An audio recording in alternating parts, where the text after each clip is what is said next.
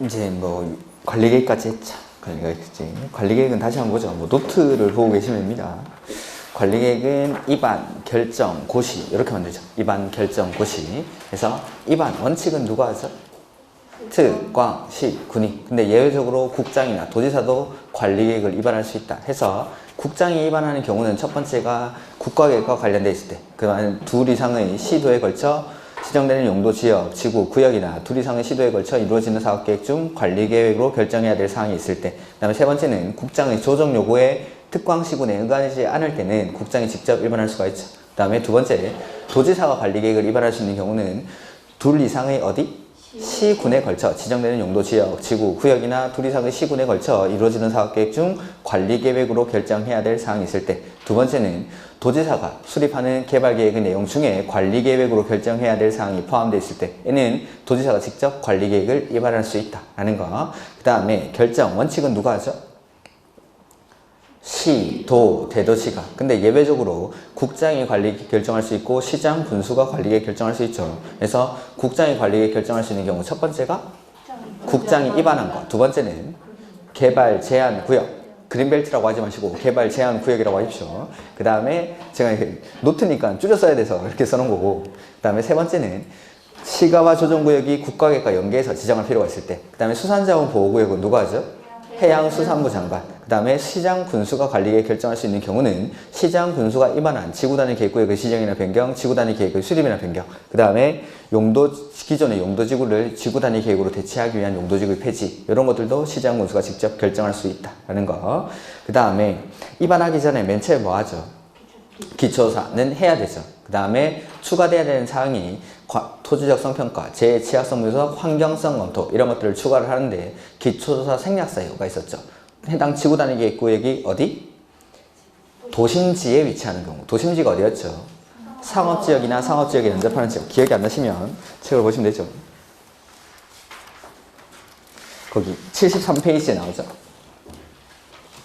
그 다음에 해당 지구단위 계획구역 안에 나대지 면적이 2%에 미달할 때, 그 다음에 해당 지구단위 계획구역이나 도시군 계획시설 부지가 다른 법률에 따른 지역, 지구 등으로 지정되거나 개발계획이 수립되어 있을 때, 그 다음에 해당 지구단위 계획구역의 지정 목적이 개발하는 게 아니라 정비 또는 관리하고자 하는 경우로서 너비 12m 이상의 도로 설치 계획이 없는 경우, 그 다음에 다섯 번째가 기존의 용도지구에서의 행위 제한 등을 지구단위 계획으로 그대로 대체하려고 할 때, 그 다음에 도시군 계획시설 결정을 해제할 때에는 기초조사를 생략할 수 있고, 이 기초조사 생략사유가 환경성 검토, 토지적 성평가, 재취약성 분석 모두 다 생략할 수 있는 경우, 그 다음에 토지적 성평가나 재취약성 분석은 얼마나 했을 때 안 하죠? 5년 안에. 그 다음에 환경성 검토에 생략할 수 있는 경우 하나 했던 게 전략 환경 영향 평가 대상일 때, 요거는 그냥 혹시 몰라서 하는 겁니다. 이런 것들. 그 다음에 이제 의견 듣죠. 주민한테 의견 들을 때 여기서는 이제 공청회 하면 안 되죠. 열람을 시켜주죠. 먼저 공고를 하고, 그 다음에 14일 이상 열람시켜주고, 그 열람 기간 안에 의견서를 제출할 수 있고, 의견에 대해서 결과 통보하는 기간이 60일. 그 다음에 지방의회 의견을 듣는데 의견은 들어야 하죠. 해서 의견 들어야 되는 게 용도, 지역, 지구, 구역의 지정이나 변경 지정, 그 다음에 광역도시계획에 포함된 광역시설의 설치, 정비, 개량에 대해서는 의회 의견을 반드시 들어야 된다라는 거. 입안해서 이제 결정을 합니다. 결정할 때 협의심의를 거치는데, 시도 대주가 할 때는 지방이랑, 국장이 할 때는 중앙이랑 하는 건 당연한 거고, 협의를 국장이랑 하는 경우가 있죠. 첫 번째는 국장이 입안해서 결정한 관리계획을 변경하려고 할 때, 그 다음에 광역도시계획과 관련해서 시도지사가 입안한 도시군 관리계획, 세 번째는 개발제한구역 해제 이후 최초로 결정되는 도시군 관리계획은 협의를 누구랑 하죠? 국장과. 그 다음에 건축위원회랑 공동심의를 하는 경우가 있죠. 시도지사가 뭐에 대해서? 지구단위 계획에 대해서 결정하려고 할 때는 건축위원회와 도시계획위원회가 공동으로 하는 심의를 거칩니다. 해서 이제 결정을 했죠. 하면 결정권자가 고시를 하고 입안권자에게 송부를 합니다. 그럼 이걸 받은 입안권자는 공고하고 열람하는 게 아니라 열람만 시켜주면 되죠. 기간 제한은 없음. 그 다음에 입안 제한이라는 게 있었죠. 주민은 입안권자에게 이러한 사항들에 대해서 입안을 제한할 수 있습니다. 그게 용, 산, 기, 지, 입 이렇게. 그래서 기반시설을 제한하려고 할 때는 동의요건이 면적의 5분의 4, 나머지는 면적 3분의 2 이상의 동의를 받아서 제한을 하죠. 그리고 제한받은 내용을 입안에 반영할지 말지를 결정할 때는 도시계획위원회에 뭘 거치죠? 자문. 그 다음에 제한받은 내용에 대해서 결과 통보하는 기간이 45일. 다만 부득이한 사정이 있을 때는 30일 범위내에서 연장할 수 있고, 그 다음에 비용은 전부 또는 일부를 부담시킬 수 있답니다. 세무가 시킬 수 있다 이런 뜻이죠. 오케이. 그 다음에 이제 결정하고 나서 지형도면을 작성하죠. 지형도면 작성은 누가? 입안권자가. 그 다음에 승인은 누구만 하죠?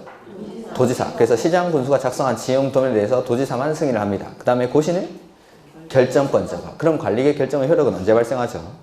고시한 날에. 그 다음에 관리계획 결정 당시에 이미 사업이나 공사에 착수한 사람, 그 사업 어떻게 하면 되죠? 그냥 하면 되지만 시가와 조정구역이나 수산자원 보호구역 지정에 관한 사항에 대해서 결정 당시 이미 사업에 착수한 사람은 3개월 내에 신고하고 계속할 수 있다. 이게 관리계획 결정입니다. 자, 이제 용도 지역 가보죠. 그죠?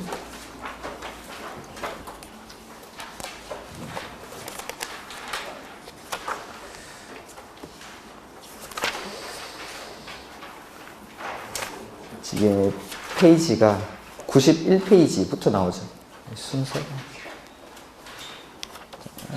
용도지역제의 의, 그 다음에 용도지역제의 기능, 이런 것들은 자음 안 오실 때 한번 읽어보시고, 92페이지, 용도지역의 제도가 나오죠. 용도지역의 의부터 한번 보죠. 용도지역이란 토지의 이용 및 건축물의 용도, 건폐율, 용적률 높이 등에 대한 등을 제한함으로써 토지를 경제적 효율적으로 이용하고 공공복리 증진을 도모하기 위해서 서로 거기 중복되지 아니하게 라고 했죠. 관리계획으로 결정하는 지역을 말한다 라고 되어 있습니다. 그 다음에 용도지역 지정은 어떻게 하는 거죠? 92페이지 보고 있습니다. 관리계획으로. 자, 보죠. 여기 칠판. 지금까지 우리가 했던 거 계획 만드는 거 한 겁니다. 광역도시계획 어떻게 만드는지, 기본계획 어떻게 만드는지, 관리계획을 어떻게 만드는지. 관리계획을 어떻게 만드는지가 뭐냐면 용도지역을 어떻게 지정하는지를 배운 겁니다. 용도지구를 어떻게 지정하는지, 변경하는지를 배운 거고, 용도구역을 어떻게 지정하고 변경하는지를 배웠고, 기반시설을 설치하고 정비하고 개량하는 걸 어떻게 하는지를 배운 겁니다. 그러니까 용도지역 지정 어떻게 하죠? 관리계획으로 하는 거. 그래서 밑에 보면은 용도지역의 지정은 결정권자가 지정을 합니다. 관리계획으로 하는 거니까. 그래서 국장, 시, 도, 대도시가 용도지역 지정 또는 변경을 뭘로? 관리계획으로 결정한다. 관리계획으로. 즉 제가 1, 2월 달에 비교를 해드렸던 게 라면 끓이는 절차라고 했죠. 관리계획이 만들어지는 절차가 바로 라면 끓이는 절차입니다. 그러니까 밑에 용도지역 이런 것들이 신라면을 끓이는 절차나 삼양라면을 끓이는 절차나 진라면을 끓이는 절차나 같습니까? 다릅니까? 같죠. 다 관리계획으로 하는 겁니다. 관리계획으로. 근데 그래서 먼저 이제 라면 끓이는 절차를 관리계획으로 배운 겁니다. 그리고 나면 이제 신라면은 무슨 맛인지, 삼양라면은 무슨 맛인지 배우겠죠. 그래서 용도지역, 지구, 구역이 뭔지를 이제부터 배우는 겁니다. 근데 4번, 요거는 제가 아까 입안에서 빼놨었는데, 개발사업을 하는 절차나 정비사업을 하는 절차는 관리계획이 아닙니다. 그러니까 개발사업이나 정비사업은 관리계획의 내용은 맞습니다. 관리계획의 내용은 맞지만 개발사업을 하는 절차는 입안, 결정, 고시 이렇게 하는 게 아니기 때문에 어느 법에서 정하냐면 도시개발법에서 따로 규정을 합니다. 그 다음에 정비사업을 하는 절차 역시 정비사업에 관련된 계획은 관리계획의 내용은 맞지만 절차가 조금 다릅니다. 그래서 이건 도시 및 주거환경정비법에서 정비사업을 하는 절차를 따로 규정을 합니다. 그러니까 개발사업이나 정비사업은 라면은 맞습니다. 라면은. 근데 절차가 다르죠. 그래서 제가 이걸 짜파게티라고 했죠. 짜파게티. 보통 라면이랑 끓이는 절차가 다르다. 개발사업이나 정비사업은 라면은 맞습니다. 관리계획의 내용은 맞지만 절차가 다르기 때문에 각각 개별 법률에서 이 사업을 하는 절차를 규정을 합니다. 이렇게. 그래서 개발사업을 하는 절차는 도시개발법에서 배우고 정비사업을 하는 절차는 정비법에서 우리가 공부를 할 겁니다. 이렇게. 그래서 지금 관리계획을 결정하는 절차 배운 거에 다 용도지역, 지구, 구역 등을 지정하거나 변경하는 절차를 배운 겁니다. 이미. 그래서 이제 지금부터는 용도지역이 뭔지를 배우는 거예요. 뭔지를. 그래서 페이지 92페이지. 용도, 지역. 용도라는 말이랑 지역이라는 말이 결합이 되어 있는데, 요 지역. 자, 용도지역 어떻게 지정한다고 했죠? 관리계획으로. 그래서 대상은 관할에 있는 토지를 대상으로 지정합니다. 도시군 관리계획이 관할에서 수립하는 계획이니까 용도지역은 관할에 있는 토지를 대상으로 지정하는데 비슷한 개념들. 지구랑 구역 중에서 지역, 지구, 구역 중에서 뭐가 가장 넓은 개념이라고 했죠? 지역. 이 가장 넓은 개념이기 때문에 용도지역은 관할 토지의 전부를 대상으로, 즉 우리나라 전 국토를 대상으로 지정하는 게 용도 지역입니다. 그 다음에 이 용도라는 말이 이제 쓰임이죠. 쓰임이라서 용도 지역이라는 건 관할 토지 전부를 이 쓰임새에 따라서 나눠서 분류해서 쓰기 위해서 지정하는 게 용도 지역입니다. 용도 지역. 이렇게. 근데 이 용도 지역의 쓰임은 관할 토지 전부를 생활권을 중심으로 분류를 합니다. 그러니까 주거지역은 주거지역에 맞는 생활권, 상업지역은 상업지역에 맞는 생활권을 형성하기 위해서 용도지역이라는 걸 지정을 합니다. 그래서 결론적으로 아까 용도지역은 중복해서 지정할 수가 없었죠. 하나의 토지에는 생활권이 하나만 형성이 돼야 됩니다. 여기가 주거지역에 맞는 생활권도 되고 상업지역에 맞는 생활권도 되면은 용도지역이라는 걸 지정할 필요가 없는 거죠. 이 용도를 나눠서 쓰려고 지정을 하는 건데 중복해서 여기는 주거지역도 되고 상업지역도 되고 이렇게 하면은 용도지역이라는 게 존재할 이유가 없는 겁니다. 그래서 관할 토지 전부를 용도에 따라서 나눠서 쓰기 위해서 이 용도지역이라는 걸 지정하기 때문에 하나의 토지에는 하나의 생활권만 형성이 돼야 돼서 결론적으로 용도지역은 중복해서 지정할 수가 없다라는 거. 그 다음 이 분류를 보면 일단 법에서는 크게 4가지 용도랑 이걸 다시 9개의 지역으로 세분을 합니다. 4가지 용도가 뭐였죠? 도시지역, 관리지역, 농림지역, 그 다음에 자연환경 보전지역. 이게 크게 4가지의 용도입니다. 4가지 용도. 이걸 다시 9개로 세분을 하는데 도시지역은 어떻게? 주거지역, 상업지역, 공업지역, 녹지지역, 공업지역, 녹지지역. 그 다음에 관리지역은 계획관리, 생산관리, 보전관리. 계획관리, 생산관리, 보전관리. 그 다음에 이걸 다시 대통령령에 가면은 최종적으로 21개로 세분을 합니다. 주거지역은 어떻게? 전용, 일반, 준주거지역. 그 다음에 상업지역은 중심, 일반, 유통, 근린상업지역. 그 다음에 공업지역은 전용, 일반, 준공업지역. 그 다음에 녹지지역은 보전, 생산, 자연녹지. 요렇게. 그 다음에 전용주거지역은 다시 1종, 2종으로, 일반은 1종, 2종, 3종으로 이렇게 세분을 하면 총 21개의 용도지역이 나오죠.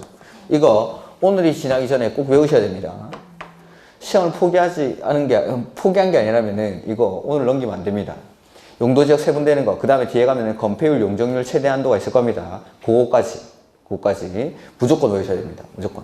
이걸 모르고 공법 수업을 듣는다는 건 공법을 거의 포기한 겁니다. 하라는 걸 안 하고 공법을 어렵다 하지 마시고 하라는 걸 하고 어렵다고 하면은 그때부터는 제가 해결 방법을 같이 찾아볼 건데 하라는 것도 안 하고 찾아보면서 공법이 어렵다, 공법 모르겠다, 까라면 면해지 하면은 제가 해결 방법을 제시할 수가 없죠. 이런 것들은 해야 됩니다. 무조건. 그래서 21개의 용도지역은 반드시 기억을 하셔야 됩니다. 이렇게. 그래서 93페이지 보시면은 뭐 도시지역, 관리지역, 농림지역, 자연환경 보전지역이 나오는데 뭐 도시지역의 이런 것들은 그냥 한번 읽어보시면 되는 거고 관리지역을 보죠. 도시지역의 인구와 산업을 수용하기 위해서 도시지역에 준해서 체계적으로 관리하거나 농림업의 진흥, 자연환경 또는 산림 보전을 위해서 농림지역 또는 자연환경 보전지역을 준하여 관리할 필요가 있는 지역을 말한다 라고 해서 그 보전관리지역부터 나오는데 보전관리지역은 자연환경보호, 산림보호, 수질오염 방지, 녹지공간 확보 및 생태계 보전 등을 위해서 보전이 필요하나 다른 말로 하면 자연환경 보전지역과 비슷하게 토지를 활용하는 겁니다. 여기는. 다만 주변의 용도지역과의 관계 등을 고려할 때 너마저 자연환경 보전지역이 되면 안 되겠다. 이런 데를 보전관리지역으로 지정해서 관리합니다.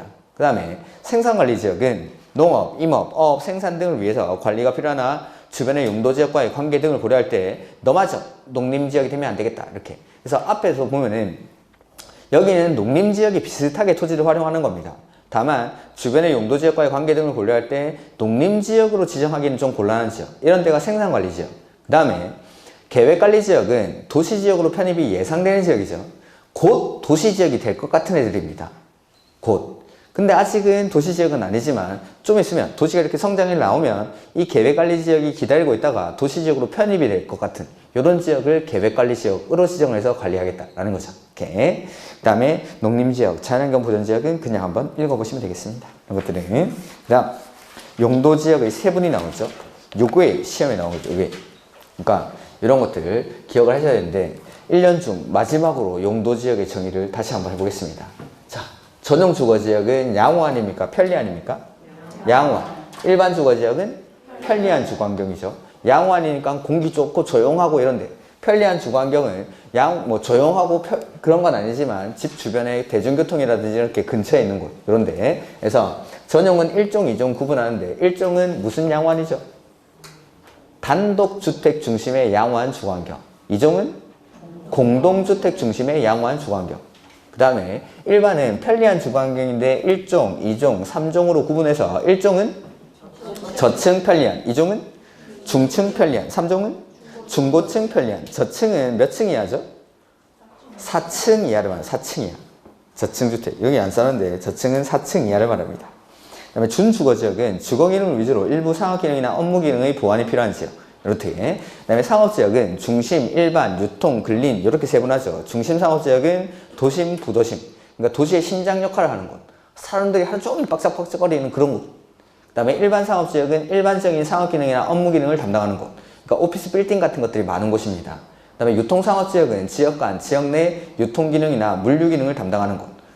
대형 마트라든지 아니면 도매시장 같은 곳. 이런 데가 유통상업지역. 그 다음에 근린상업지역은 말 그대로 근린지역, 이웃 가까이에서 일용품이나 서비스를 공급하기 위해서 지정하는 지역이 근린상업지역. 그 다음에 공업지역은 전용, 일반, 준공업지역으로 구분하는데 전용공업지역은 중화공업이나 공해성공업, 공해가 배출되는 공업입니다. 그 다음에 일반공업지역은 환경을 저해하지 아니하는, 요 말이 또 꼭 나와야 되죠. 환경을 저해하지 아니하는. 그러니까 공장이긴 하지만 매연이 배출되지 않는 공장들이라고 생각하시면 됩니다.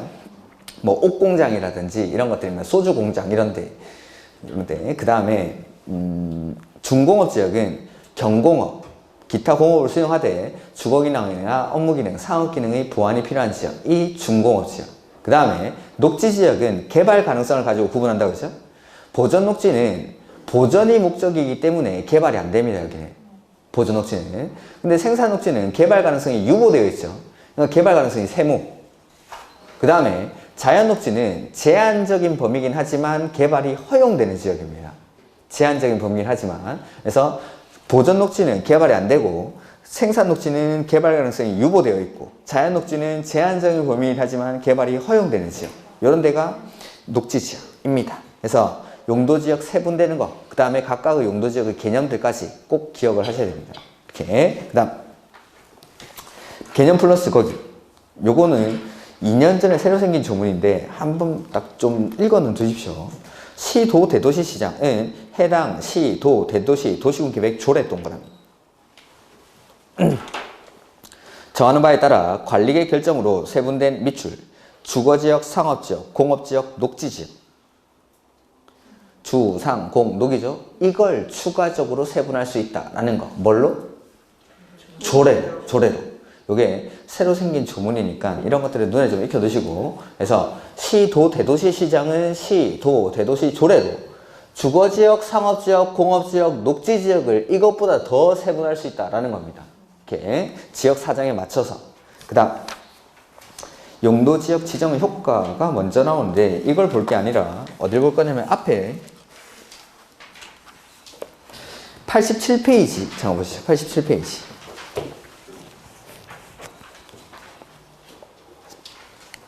관리계 결정 절차상의 특례라고 되어 있죠. 자, 여기에 용도지역 지정 절차의 특례인데 요거는 제가 1, 2월 달에 안 했죠. 자, 여기 보면은 이렇게 21개의 용도지역을 지정하려고 합니다. 원칙 어떻게 지정하죠?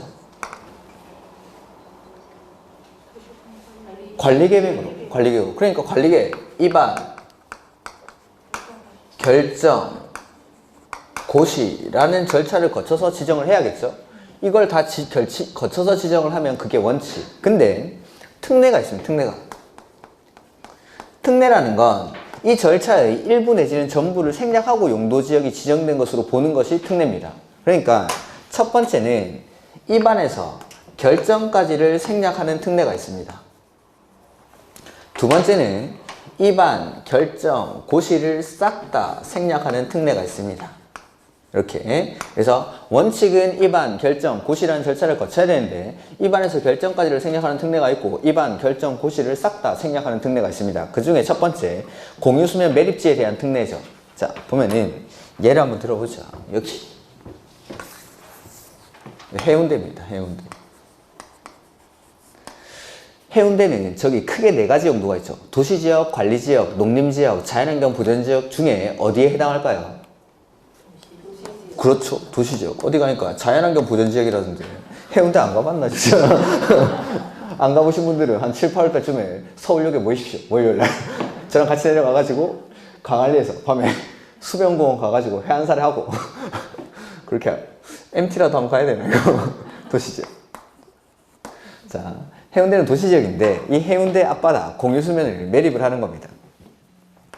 이렇게 매립을 하는데 여기를 도시지역으로 쓰기 위해서 매립을 합니다. 자, 매립 목적과 이웃하고 있는 용도지역의 내용이 지금 같죠? 같을 때는 여기 입안에서 결정 절차를 생략하고 이 매립구역을 이웃하고 있는 용도지역으로 지정된 것으로 봐주겠다라는 겁니다.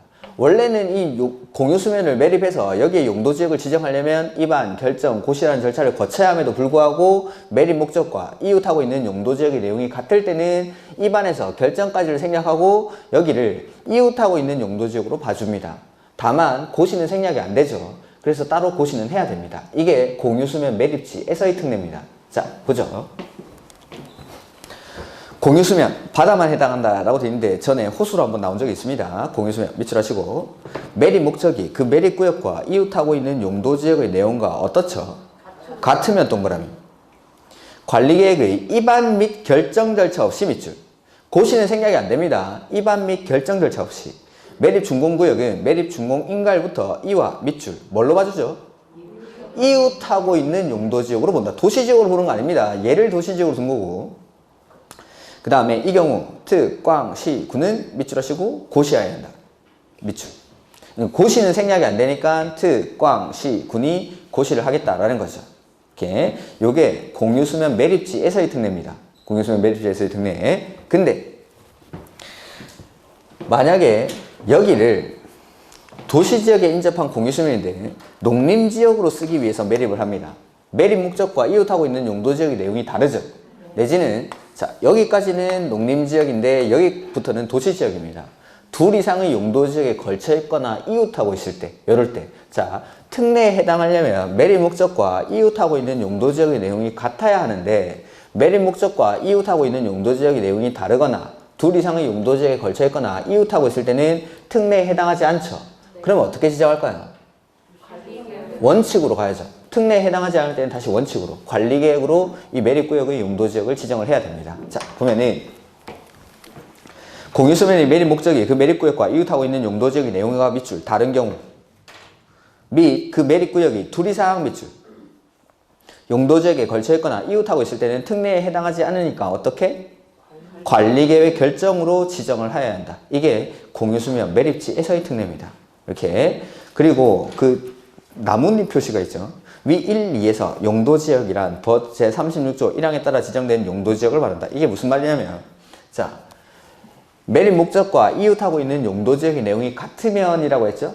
그때 이 용도지역이 같다라는 기준이 뭐냐면 도시지역, 관리지역, 농림지역, 자연환경 보전지역까지만 같으면 된다라는 의미입니다. 그 법 제36조 1항이라는 게. 그러니까 자, 여기를 내가 여기 계획관리지역에 접하고 있는데 여기를 생산관리지역으로 쓰기 위해서 매립을 했습니다. 둘 다 관리지역이죠. 그러니까 계획관리, 생산관리까지는 같을 필요가 없고 관리지역까지만 같으면 같은 걸로 봐주겠다라는 겁니다. 근데 그 밑에 참고요. 그 밑에 다만 용도지역이 도시지역 밑줄에 해당하는 경우에는 030조에 따라 세분하여 지정된 용도지역을 말한다. 즉 원래는 도시지역, 관리지역, 농림지역, 자연환경 보전지역을 말하지만 도시지역일 때는 주거지역, 상업지역, 공업지역, 녹지지역까지 같아야 된다라고 생각하시면 되겠습니다.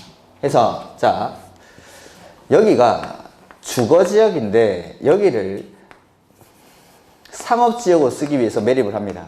둘 다 도시지역이긴 하지만 이건 같은 걸로 보지 않습니다. 도시지역에서는. 도시지역은 세분되는 용도지역까지 같아야 됩니다. 이렇게. 그래서 원칙적으로 용도지역이 같다라는 기준은 도시지역, 관리지역, 농림지역, 자연환경 보전지역을 말하지만 도시지역일 때는 주거지역, 상업지역, 공업지역, 복지지역까지 같아야 같은 걸로 봐주겠다라는 의미입니다. 이렇게. 이게 첫 번째. 입안에서 결정까지를 생략하는 공유수면 매립지에서의 통보입니다. 특례. 그 다음에 준공인가의 통보 이런 것들은 그냥 참고로 보시면 됩니다. 그 다음에 2번. 도시지역으로 결정고시 의제. 요거죠. 자, 요거는 입안, 결정, 고시를 싹 다 생략하는 특례입니다. 입안, 결정, 고시를. 그래서 첫 번째는 도시지역으로 결정, 고시된 것으로 간주를 하겠다라는 겁니다. 그러니까 그 밑에 박스에 있는 지역들 있죠. 요게 지정이 되면은 여기를 거기 도시지역으로 결정, 고시된 것으로 본다면 쭉.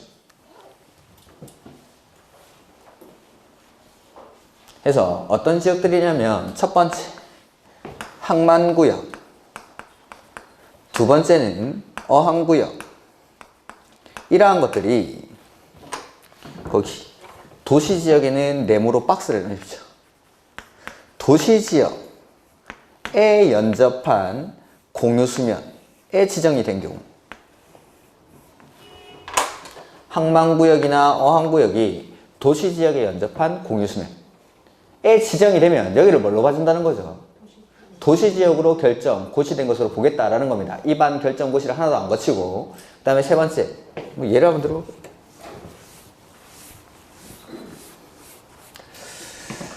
부산항이 있는데 부산항도 아마 도시지역이겠죠. 요 앞에 항만구역입니다. 항만구역. 도시지역에 연접한 공유수면을 항만구역으로 이렇게 지정을 하는 거죠. 그럼 여기를 뭘로 봐준다는 거죠? 도시지역으로. 도시지역으로. 입안, 결정, 고시 하나도 안 거치고. 이렇게. 그래서 이런 것들. 제가 여기 도시지역에 박스를 친 이유는 요걸 바꾼다는 겁니다. 요걸. 정답까지 말씀드렸습니다. 요걸 다른 지역으로 바꿀 겁니다. 그 다음에 세 번째는 국가산업단지, 일반산업단지, 도시, 첨단산업단지라는 게 있습니다. 가로 열고 농공단지는 X 이렇게 넣죠. 그 앞에 근거 법률에 보면은 산업 입지 및 개발에 관한 법률이라고 되어 있죠. 그 산업 입지 및 개발에 관한 법률에 가면은 산업단지를 크게 네 가지로 구분합니다. 그 산업단지들이 국가산업단지, 일반산업단지, 도시첨단산업단지, 농공단지 이렇게 있는데 그 중에 농공단지를 빼고 나머지 산업단지들이 지정이 되면 여기를 뭘로 봐준다는 거죠? 도시지역으로. 도시지역으로. 이런 게 우리 그 고속도로 같은 거 타고 가다 보면은 산에, 산 중턱에 이 이런 이렇게 뭐라 해야지, 이런 판을 붙여가지고 땡땡 무슨 산업단지 막 이런 거 되게 많이 붙어 있습니다. 이런 것들. 제가 시골 큰 집이 거창이라는 데가 있습니다. 거창. 모르시겠죠? 대구 옆에 있습니다. 대구 옆에 이게. 대구 옆에 있는데 차를 안 갖고 와가지고 고속버스를 타고 제가 빨리 내려와야 될 일이 있어가지고 고속버스를 타고 내려오는데 여기 완전 시골이라 가지고 주변에 있는 시골 사람들 다 데리고 내려와야 됩니다. 그래야 수지 타선이 맞으니까. 이 옆에 함양이라는 동네가 있고 그 다음에 고령, 현풍이 있습니다. 그러면 거창에서 출발해서 함양, 고령, 현풍 거쳐가지고 대구 옆에 있는 고속도로 타고 쭉 내려옵니다. 부산으로. 자, 내려오는데 이 시골 동네를 굽이굽이 돌아가지고 내려오다가 자고 있는데 갑자기 현풍 옆에 이렇게 현풍이 이제 바로 대구 옆에 있는 데입니다. 지나가는데 갑자기 그 시골 동네에 공인중개사 사무소가 딱 나오는 겁니다. 저 또 직업상 관심이 있으니까 봤죠. 공인중개사 옆에 음식점도 나오고 그 다음에 공인중개사 사무소가 한두 군데도 아니고 몇 군데가 있고 음식점도 있고 주변에 보니까 아파트가 있는 겁니다. 이거 뭐지? 왜 이 촌동네에 이런 게 있지? 라고 했는데 조금 가가지고 고속도로를 딱 올리자마자 옆에 있는 산에 대구 국가산업단지 이렇게 써져 있는 겁니다. 국가산업단지 이게 지정이 되면 왜 뭘로 봐주죠? 그래서 이런 걸 알고 지나다니면 너무 신기한데 저만 신기하죠. 관심도 없죠. 이런 것들. 그래서 이런 게 지정이 되면은 도시지역으로 보겠다라는 겁니다. 산업단지들. 그 다음 네 번째는 택지개발지구. 그 다음에 다섯 번째는 전원개발사업구역 및 그 예정구역. 이 전원할 때 전자는 전원주택 할 때 그 밭전자가 아닙니다. 전기할 때 전자입니다. 전기. 그러니까 전원개발사업구역이라는 게 뭐냐면 발전소 짓는 곳입니다. 그러니까 전력 수요가 도시지역에 많으니까 발전소 들어오는 지역은 도시지역으로 보겠다라는 뜻입니다. 도시지역으로 입안 결정 고시를 거치지 않고. 근데 이건 가로 안에 밑줄 해야 됩니다. 제외되는 게 있죠. 수력발전소 내지는 송, 변전, 설비만을 설치하기 위한 지역은 제외합니다. 이러한 지역이 지정이 되면 여기를 뭘로 가주겠다는 거죠? 도시지역으로 결정 고시된 것으로 본다. 근데 수력발전소가 제외되는 이유는 이 수력발전소 이거 어디다 만들죠? 바닷가? 댐은 도시지역 같습니까? 자연환경 보전지역 같습니까? 그래서 제외합니다. 그 다음에 송변전 설비. 자, 산에다가 이렇게 송전탑을 세우는 거죠. 그래가지고 이렇게 연결해서 요 송변전 설비죠. 산 꼭대기에 송전탑 하나 세워놓고 여기 도시지역 하면 이상합니까? 그런 거 같습니까? 그래서 제외합니다. 그래서 이상하니까. 이렇게. 그래서 수력발전소랑 송변전 설비만을 설치하기 위한 지역은 제외한다. 요게 도시지역으로 결정 고시된 것으로 보는 특례입니다. 이렇게. 그 다음에 3번 농림지역 또는 자연환경 보전지역으로 결정 고시 이제 이렇게 되어 있는데 이건 이제 두 번째 관리지역 내에서의 특례입니다. 관리지역 내. 자, 출발점이 관리지역이어야 합니다. 그래서 이렇게 토지가 있는데 여기가 관리지역입니다. 관리지역축 그만큼이 농지법에 따른 농업, 진흥, 지역으로 지정이 된 거죠. 그럼 여기를 뭘로 봐주냐면 농림지역으로 지정 고시된 것으로 봅니다. 그 다음 관리지역의 산림 중 요만큼이 산지관리법에 의한 보전산지 이렇게 지정이 됩니다. 그럼 여기를 농림지역 또는 자연환경 보전지역으로 본다라는 이게 이제 두 번째 특례. 중요한 건 출발점이 관리지역이어야 합니다. 관리지역. 그래서 거기 표시해놓고 보죠. 관리지역 거기 박스 맨 앞에 관리지역 3번이죠. 3번 지금 농림지역 또는 자연환경 보전지역 결정고시 이제 해서 본문에 관리지역 에서 농지법에 따른 농업진흥지역 밑줄 그 농자에다 동그라미 지정고시된 지역은 이 법에 따른 뭘로 봐주죠?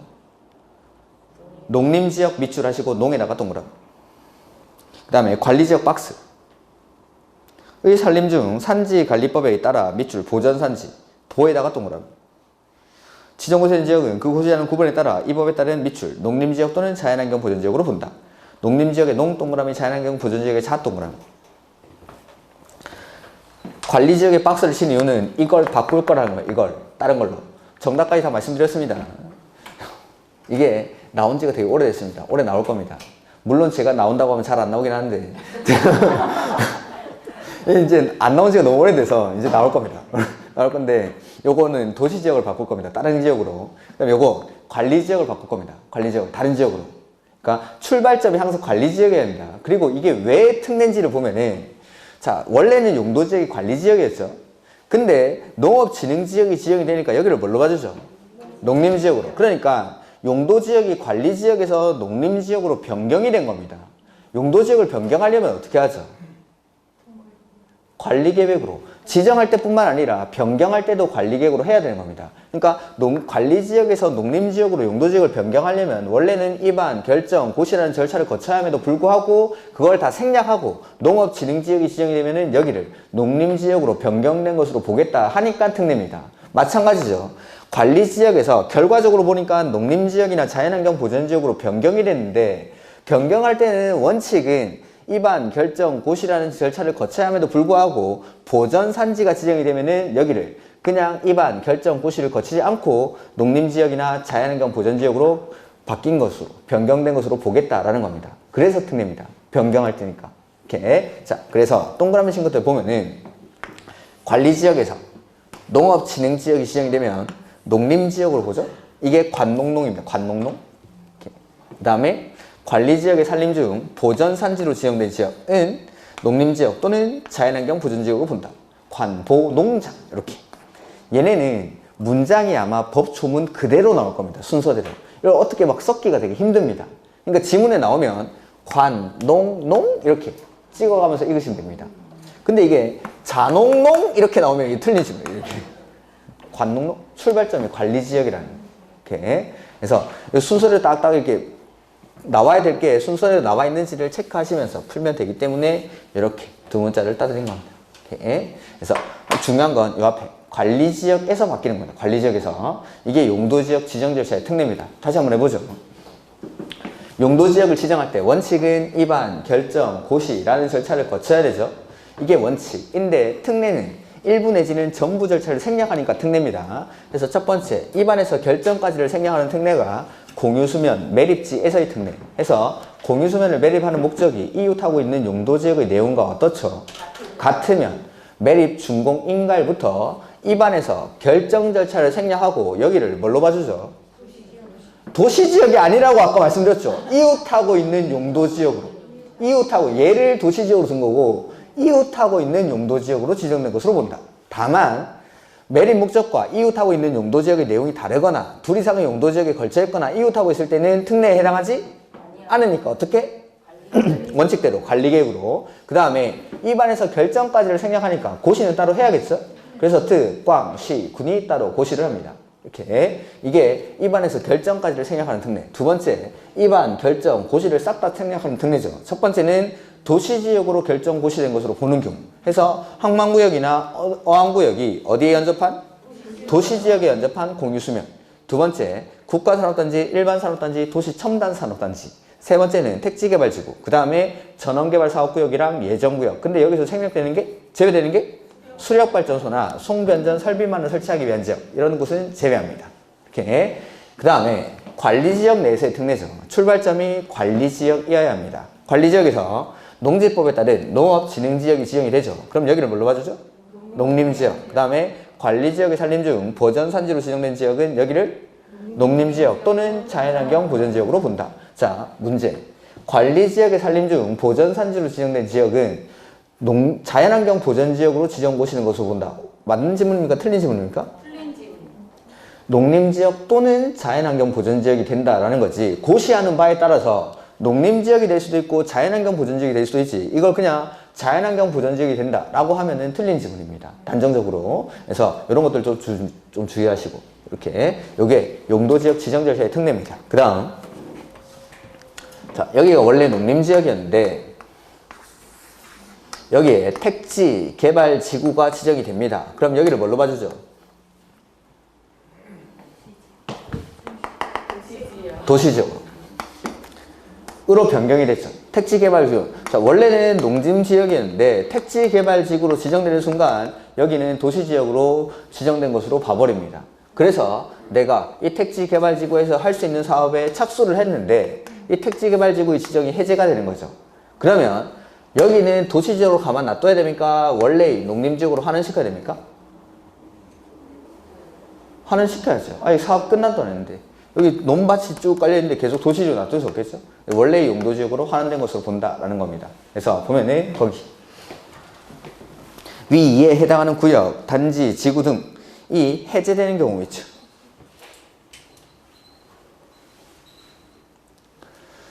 하나, 둘, 셋, 네 번째 줄. 이전의 용도지역으로 환원된 것으로 본다. 밑줄. 오케이. 근데 자, 여기가 택지개발지구로 지정이 되고 사업 도중에 해제되는 게 아니라 택지를 다 조성을 했습니다. 네모 반듯한 택지를. 사업의 목적을 달성하고 나서 당연히 택지개발지구는 지정을 해제해야 되겠죠? 이렇게 사업이 다 끝나고 나서 택지개발지구가 해제가 됩니다. 그럼 여기는 도시지역으로 놔둬야 됩니까? 농림지역으로 환원시켜야 됩니까? 놔둬야겠죠. 그래서 첫 번째 줄입니까? 두 번째 줄? 가로 안에 사업 완료로 인한 해제일 때는 그러하지 아니다. 밑줄.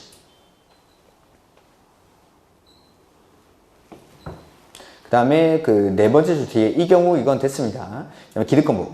자, 택지개발지구가 해제될 당시에 나는 이미 사업이나 공사에 착수를 했습니다. 이 사람은 이 사업 그냥 하면 됩니다. 해제와 관계없이, 용도지역 환원과 관계없이. 그래서 용도지역 등이 환원되는 당시 이미 사업이나 공사에 착수 동그라미. 한자는 마지막 줄에 관계없이 그 사업이나 공사를 계속할 수 있다. 그렇지? 이렇게. 이게 용도지역 지정 절차의 특례입니다. 용도지역 지정 절차의 특례. 그 다음 96페이지 가보시죠.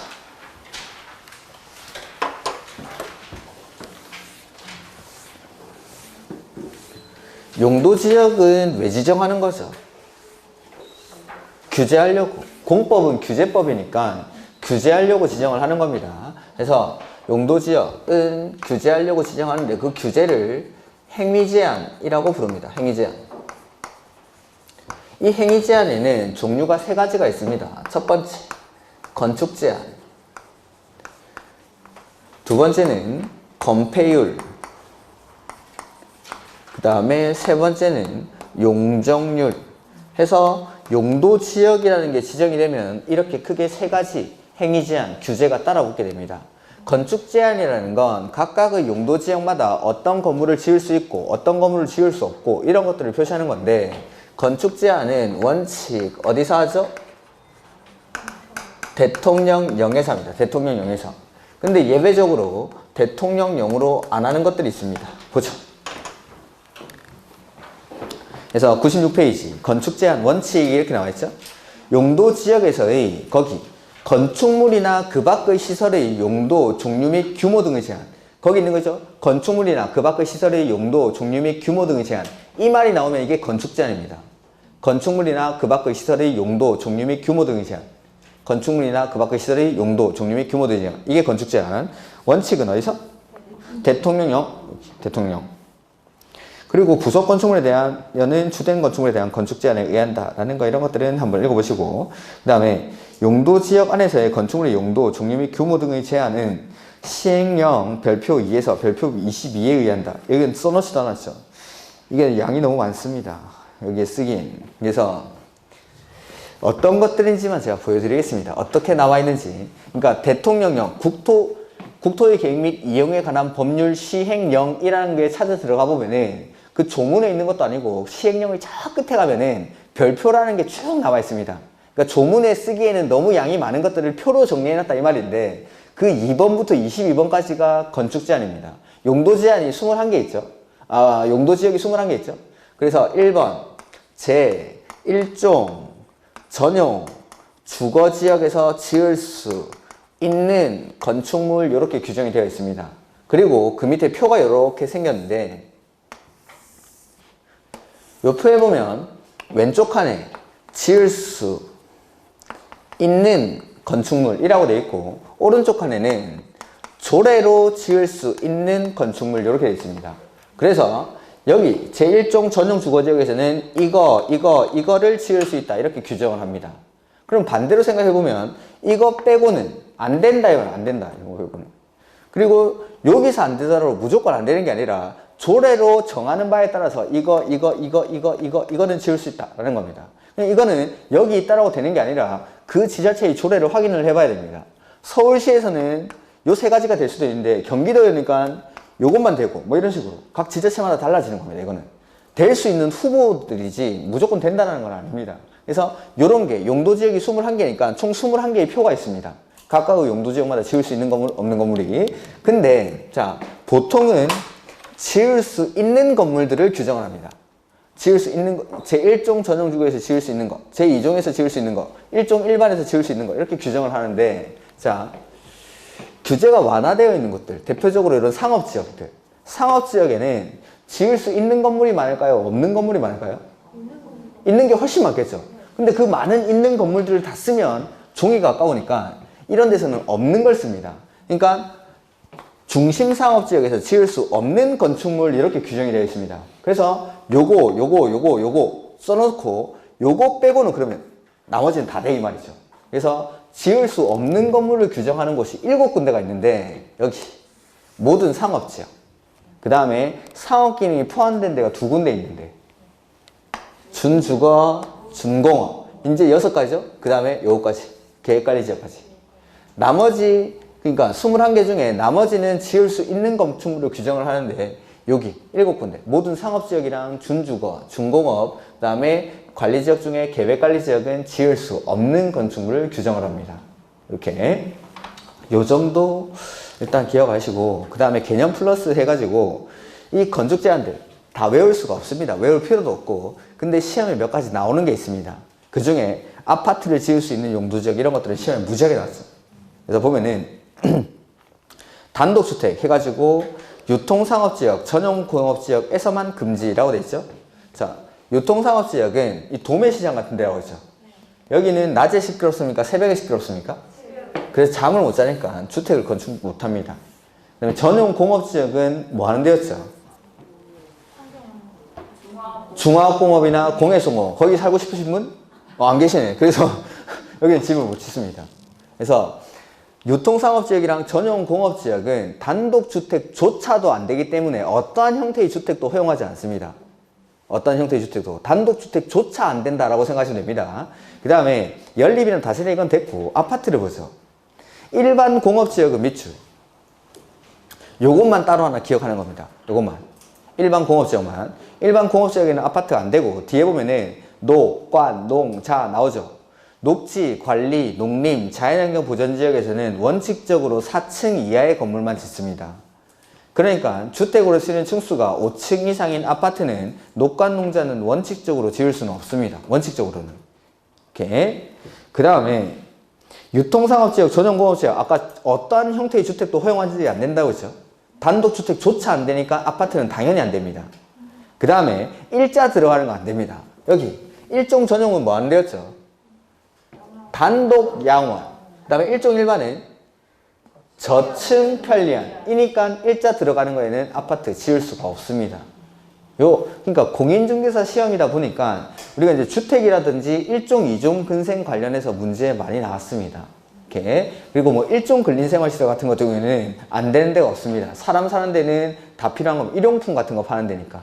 이렇게. 그 다음에는 뭐 나머지 내용은 일단은 놔두십시오. 이런 것들은 기출문제 풀면서 한번 보여드리겠습니다. 이렇게 풀면 된다라는 거. 그 다음에 건축 제한에 관한 특별 규정이 나오죠. 이것도 1, 2월 달에 안 했던 거죠. 보면은 자 건축 제한은 원칙 어디서 한다고 했죠? 건축법에서 왜 합니까 지금? 대통령에서 하는데. 대통령에서 건축 제한 지을 수 있는 건물 없는 건물은 대통령령을 봐야 되는데 대통령령으로 안 하는 것들이 적혀 있습니다. 대통령령으로 안 하는 거. 1번, 2번, 3번은 용도 지구니까 그거 놔두시고 4번 농공단지 밑줄. 농공단지는 그 앞에 있는 법 이름에 쭉 밑줄하죠. 산업, 입지 및 개발에 관한 법률.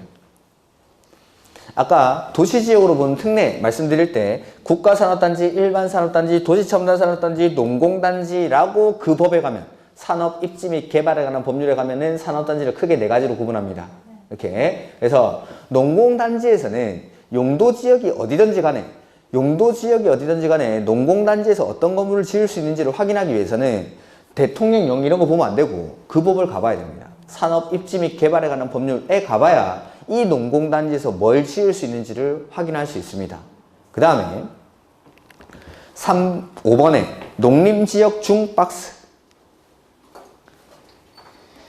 6번에 자연환경 보전지역 중 박스. 7번에 역시 자연환경 보전지역 중 박스. 역시 이걸 바꾼다 이 말입니다. 이걸. 뒤에 것들은 몇 번 읽어보면 어렵지 않습니다. 자, 보면은 5번에 농림지역 중 농업진흥지역, 보전산지, 초지는 각각 농지법, 산지관리법, 초지법에서 행위제한을 합니다. 그러니까 농림지역 중 보전산지에 관해서는 초지법에서 행위제한을 한다. 이러면 말이 이상하니까. 보전산지는 산지관리법에서 해야 되는데 초지법에서 한다. 이러면 말이 이상하니까 이런 것들은 좀 바꿔냈을 때 구분해내기가 쉽습니다. 몇 번 읽어보시면. 그래서 농업진흥지역은 농지법, 보전산지는 산지관리법, 초지는 초지법. 그 다음에 6번, 7번도 마찬가지입니다. 공원구역, 상수원보호구역, 지정문화재나 천연기념물과 그 보호구역, 해양보호구역까지가 6번에 있고 7번에는 수산자원보호구역이 있죠. 공원구역은 자연공원법, 상수원보호구역은 수도법, 지정문화재나 천연기념물과 그 보호구역은 문화재보호법, 해양보호구역은 해양생태계 보전 및 관리에 관한 법률, 수산자원보호구역은 수산자원관리법. 그러니까 딱딱 앞에 들어가는 명칭들이 다 법률 명칭이 들어가 있습니다. 그러니까 이런 것들은 구분해내기가 쉬운데 앞에 걸 바꿨을 때 헷갈린다는 거죠. 그러니까 뭐 농림지역 중 수산자원보호구역 뭐 이런 식으로 수산자원보호구역은 아까 자연환경 보전지역이었죠. 그 다음에 자연환경 보전지역 중 보전산지의 경우에는 산지관리법에서 행위 제한을 한다. 이런 식으로. 보전산지는 농림지역이었는데 이 앞에 있는 용도지역을 다른 걸로 바꿀 때 요렇게 헷갈린다는 말이죠. 그러니까 앞에 있는 거 요거 농림지역인지 자연환경 보전지역인지 그걸 좀 구분하시라는 겁니다. 그러니까 뒤에 어떤 법에서 행위 제한을 하는지는 그렇게 어렵지 않으니까 요거는 몇 번 읽어보시면 되는데 앞에 농림지역에 연결되는 거, 자연환경 보전지역에 연결되는 거 그것만 좀 구분을 하시면은 문제를 맞추는 데는 그렇게 어렵지 않을 겁니다. 이렇게 이런 것들.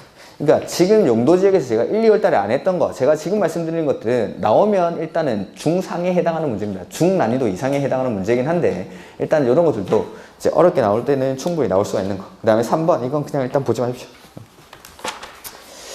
그 다음에 용도지역 안에서의 건폐율이랑 용적률이죠. 건폐율은 어떻게 구하죠? 대지면적분의 건축면적 에다가 율, 퍼센트니까 곱하기 100을 해주죠. 그 다음에 용적률은 대지면적분의 연면적. 이 연면적이 뭐였죠? 각층 바닥 면적의 합계를 연면적이라고 부르죠. 이을 연자를 써가지고 1층, 2층, 3층, 4층 면적을 다 더하면 그게 연면적입니다. 이렇게 이것도 퍼센트니까 곱하기 100. 이렇게 건폐율이라는 건 내가 이만큼의 대지가 있다라면 세울 건자에 덮을 패자를 쓰니까 건물을 실제로 지어서 만약에 건폐율이 50%다 라고 하면은 최대 50%까지를 건물을 지어서 덮을 수 있고 나머지는 공지로 비워둬라. 이게 건폐율이죠. 이렇게 얼마나 건물을 지어서 덮을 수 있는지 이게 건폐율. 그 다음에 용적률이라는 건 대지 면적의 몇 배만큼을 건물의 용량으로 사용할 수 있냐라는 겁니다. 이게 용자가 얼굴 용자인데 용량을 뜻하는 용량. 용량을 얼마만큼 위로 쌓아 올릴 수 있냐라고 했죠. 제가 이 공식은 상세하게 풀어서 했습니다. 만약에 예를 또 한번 해보죠. 용적률이 200%인데 대지 면적이 100제곱미터이다. 그때 내가 이 대지에서 지을 수 있는 건물의 연면적은 이런 게 계산 문제로 나옵니다. 그러면은 자, 요거 푸는 거 말씀드렸죠. 대지 면적에다가 200%일 때는 얼마를 곱해줬죠? 다시 하자. 1을 왜 곱하면 돼? 자, 200%가 나올 때 여기 곱하기 100을 해줬죠. 그러면은 이게 넘어가면 나누기 100이 됩니다. 그러면은 2로 바뀌죠. 퍼센트를 떼면 2로 바뀌죠. 그 다음에 2를 분수로 바꾸면 1분의 2. 요까지 됐습니까? 오케이. 자, 그 다음 이제 x 값을 구해야겠죠. 그럴 때는 요래 곱하고 요래 곱하면 값이 같아집니다. 그래서 1 곱하기 x는 x죠. 그러면 100 곱하기 2가 되죠. 즉 100제곱미터 이게 대지 면적이었죠. 그 다음에 용적률이 방금 200%였으니까 대지 면적에다가 얼마를 곱해주죠? 200을 곱하면 안 되죠. 2를 곱해야죠. 2를. 그러면은 이 건물에 쓸 수 있는 연면적이라는 겁니다. 즉 200제곱미터. 연면적이라는 건 각층 바닥 면적의 합계라고 했죠. 1층 면적, 2층 면적, 3층 면적 다 더해서 총 200제곱미터까지 내가 위로 쭉쭉쭉쭉쭉 이렇게 쌓아 올릴 수 있다 이 말입니다. 용적률이라는 건. 그러니까 대지 면적의 몇 배만큼을 내가 건물의 용량으로 사용할 수 있는지 200%일 때는 대지 면적이 2배, 300%일 때는 3배, 500%일 때는 5배, 1000%일 때는 10배 만큼을 위로 이렇게 쌓아 올릴 수 있다는 게 용적률입니다. 용적률.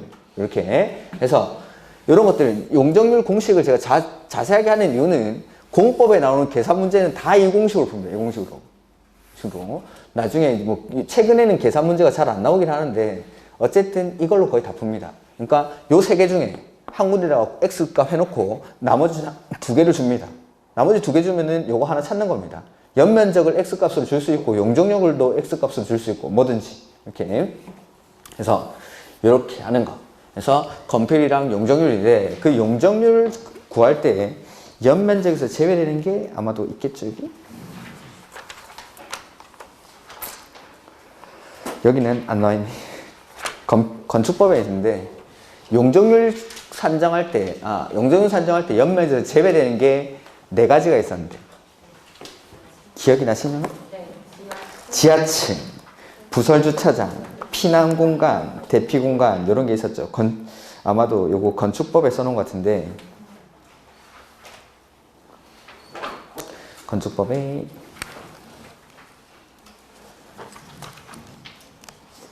519페이지 8페이지 518 거기 보시면 나오죠. 연면적의 산정 방법 해서 연면적은 각 층 바닥 면적의 합계를 연면적이라고 합니다. 518페이지. 근데 그 밑에 용적률을 산정할 때에는 다음에 해당하는 면적은 제외한다 라고 해서 지하층, 그 다음에 지상층의 부설주차장, 그 다음에 초고층 건축물이나 준초고층 건축물에서의 피난 안전구역, 그 다음에 경사지붕 아래 있는 대피공간, 이걸 줄여서 그냥 지하층, 부설주차장, 피난공간, 대피공간 이렇게 기억하시면 됩니다. 계산 문제에서 말이 나오고 그냥도 말이 나오는 겁니다. 얘네는. 그래서 용적률 산정할 때, 그러니까 일반적인 연면적 계산할 때는 이런 건 다 들어가지만 용적률 산정할 때 빼겠다는 거예요. 용적률 산정할 때. 그래서 이런 것들이 연면적에서 제외되는 것들. 이렇게. 그 다음에 그 옆에 이제 표가 나오죠. 99페이지 먼저. 98이랑 99. 각각의 용도 지역별로 건폐율, 용적률 최대 한도가 나오죠. 요거는 오늘 넘기지 마시고 외우셔야 됩니다. 이렇게. 혹시나 그 노량진 이런 데 가보신 분 계십니까? 거기 가면 좀비가 3,000마리씩 걸어다니는데 공부는 그렇게 하는 겁니다. 여러분들은 지금 얼굴에 생기가 너무 넘칩니다. 밤잠을 안 자가면서 그렇게 공부를 저는 이게 지방에 내려가면은 요새 보면은 워낙에 동영상하게 잘 돼 있다 보니까 애들이 그 관리형 독서실이라는 게 생겼습니다. 보면은 딱 들어가면 핸드폰을 바로 뺐습니다. 핸드폰을 뺐고 그거 나갈 때 잠깐 이제 뭐 쉬러 나가는 거 이런 것도 다 체크를 합니다. 그런 독서실 가면은. 제가 공부할 때 그게 있었으면 제가 이제 합격을 했을 텐데. 아무튼 그런데 있는 애들 보면은 엘리베이터에서 가끔 만나죠. 애들 얼굴이 피골이 상접해 있죠. 근데 그런 데 가면은 쟤는 안 되겠다 싶은 애들이 있습니다. 제가 뭐 이렇게 가끔씩 1층에 이렇게 담배 피러 내려가면은 저를 하루에 3번 이상 보는 애들, 그런 애들은 떨어지죠. 제가 신림동에 이럴 때 있을 때 보면은 꼭 만나는 사람들이 만납니다. 보면 몇 년씩 다 떨어져가지고 그렇게 자주 나오고 이러면은 합격할 수 없습니다. 그러니까 이런 것들 잠 안 자고 외우셔야 됩니다. 이 표를. 그래서 각각의 용도 지역별로 건폐율 최대한다고 했죠. 건폐율 이거 어떻게 외운다고 했죠? 5, 6, 5, 7에 전화번호가?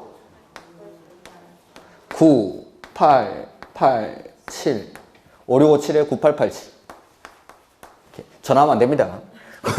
제 전화번호도 아니고 010, 5, 6, 5, 7에 9887 해서 거기 표를 보시면은 전용 주거지역이 1종, 2종이 둘 다 50 둘 다 50 이게 5. 그 다음에 일반이 1종, 2종이 60 이게 6. 그 다음에 3종 일반은 50. 그 다음에 준주거지역은 70. 이게 5, 6, 5, 7입니다. 주거지역 5, 6, 5, 7. 그 다음에 상업지역은 중심, 일반, 유통, 근린 순서대로 이게 순서가 이상한데 제가 하는 대로 했죠. 중심, 일반, 유통, 근린 순서대로 90, 80, 80, 70 이게 5, 6, 5, 7에 9887입니다. 5, 6, 5, 7에 9887.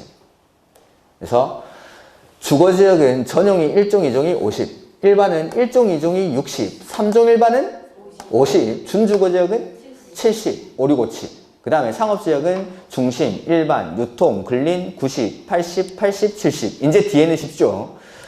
공업지역은 셋 다 70 녹지지역은 20 계획관리는 40 계획관리만 40이라는 거 좀 따로 기억하시고 나머지는 20 그래서 5, 6, 5, 7에 9887 777 222 계획관리는 40 나머지는 20 계획관리가 40이고 나머지는 20 5, 6, 5, 7에 9, 8, 8, 7 이렇게 이게 주거지역이랑 상업지역만 좀 구분하시면은 나머지는 쉽습니다. 5, 6, 5, 7에 9887 저도 그것만 생각했죠 아마 노트에 5, 6, 5, 7에 9887 네.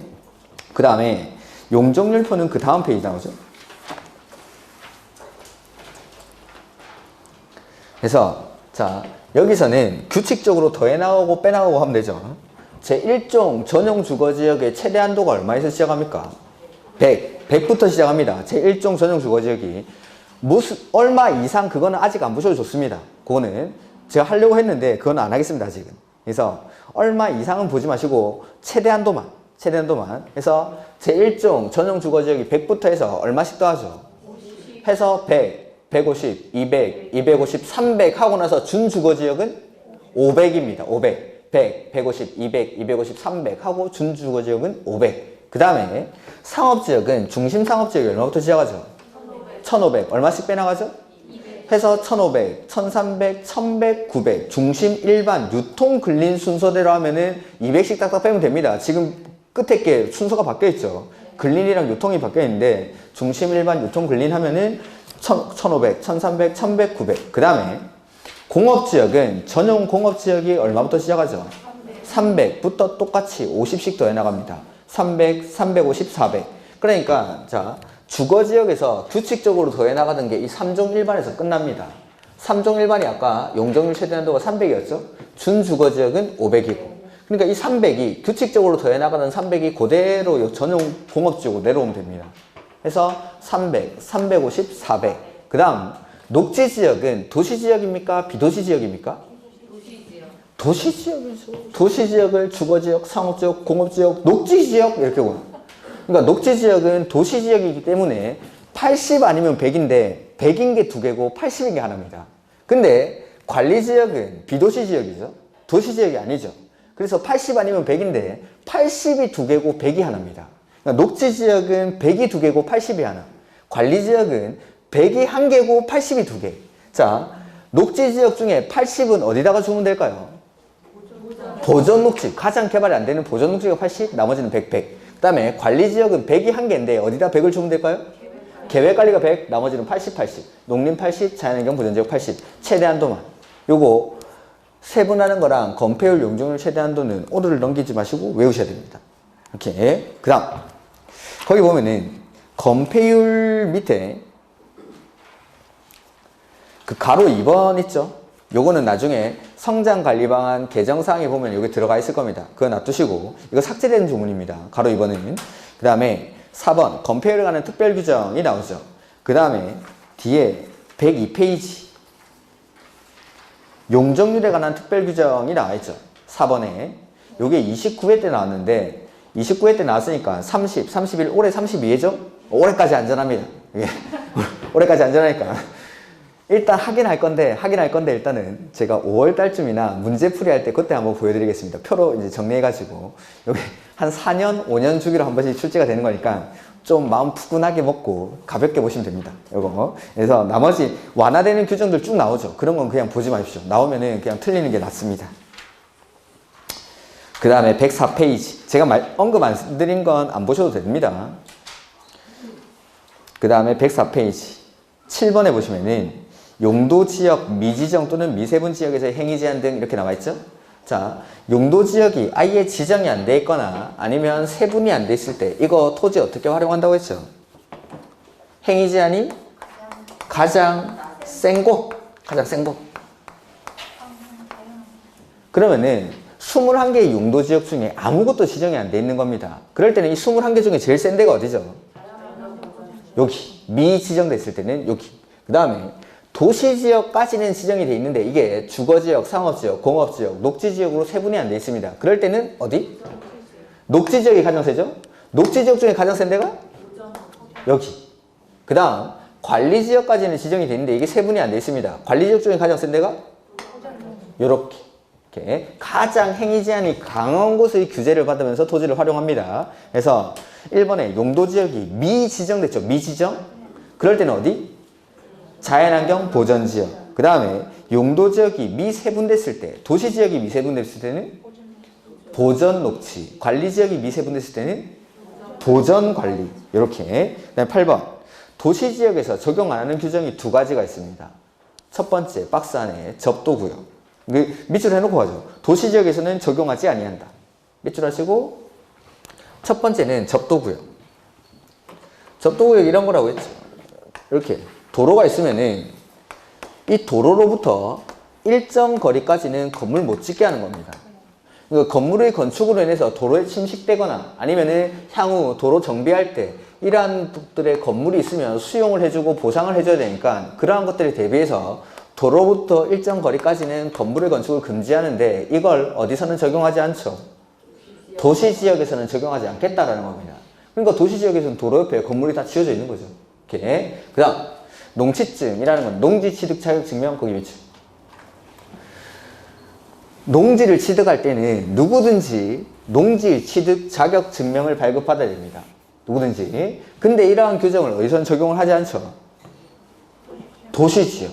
도시지역에도 농지가 있다 이 말입니까, 그럼? 네. 도시지역에도 농지가 있는데 이 도시지역에 있는 농지를 취득할 때는 농지증에 관한 규정을 적용하지 않습니다. 즉 그냥 사면 됩니다. 주거지역, 상업지역, 공업지역에 있는 농지는 농지증을 발급받을 필요가 없습니다. 근데 다만 그 뒤에 녹지지역의 농지로서 도시군 계획 시설 사업에 필요하지 아니한 농지에 대해서는 그러하지 아니하다. 그렇죠. 자, 여기가 녹지지역입니다. 근데 요 중에서 요만큼이 도시군 계획 시설 부지라고 해보죠.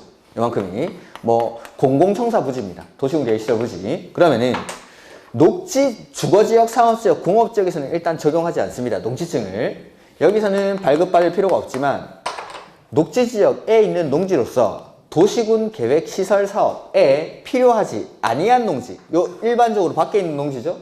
그런 곳에 대해서는 그러하지 아니하다면 농지증을 발급받아야 됩니까? 안 받아야 됩니까? 받는 겁니다.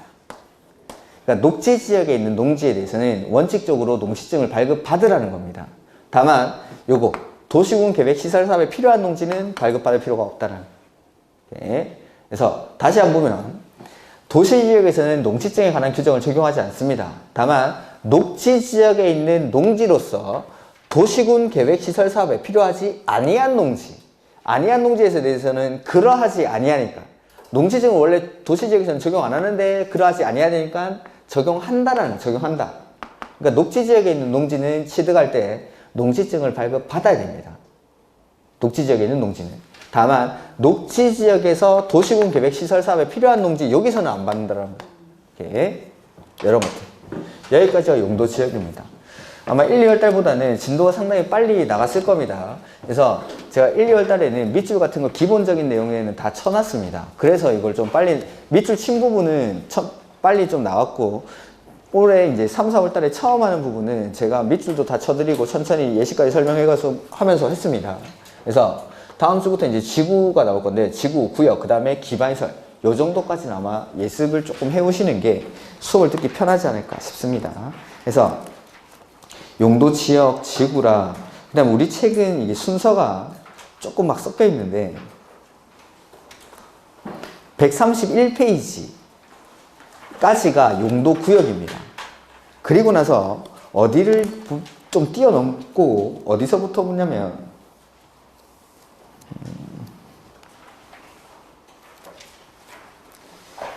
177페이지.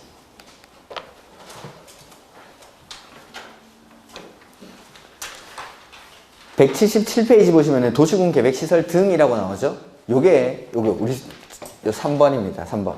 제가 1, 2월 달에는 우리 책 순서대로 했었는데 3, 4월 달부터는 제 노트 강의 순서대로 하도록 하겠습니다. 그래서 177페이지부터 뒤에 보치기랑 벌치기 나올 텐데 그거 빼고 그 앞에까지 보시면 됩니다.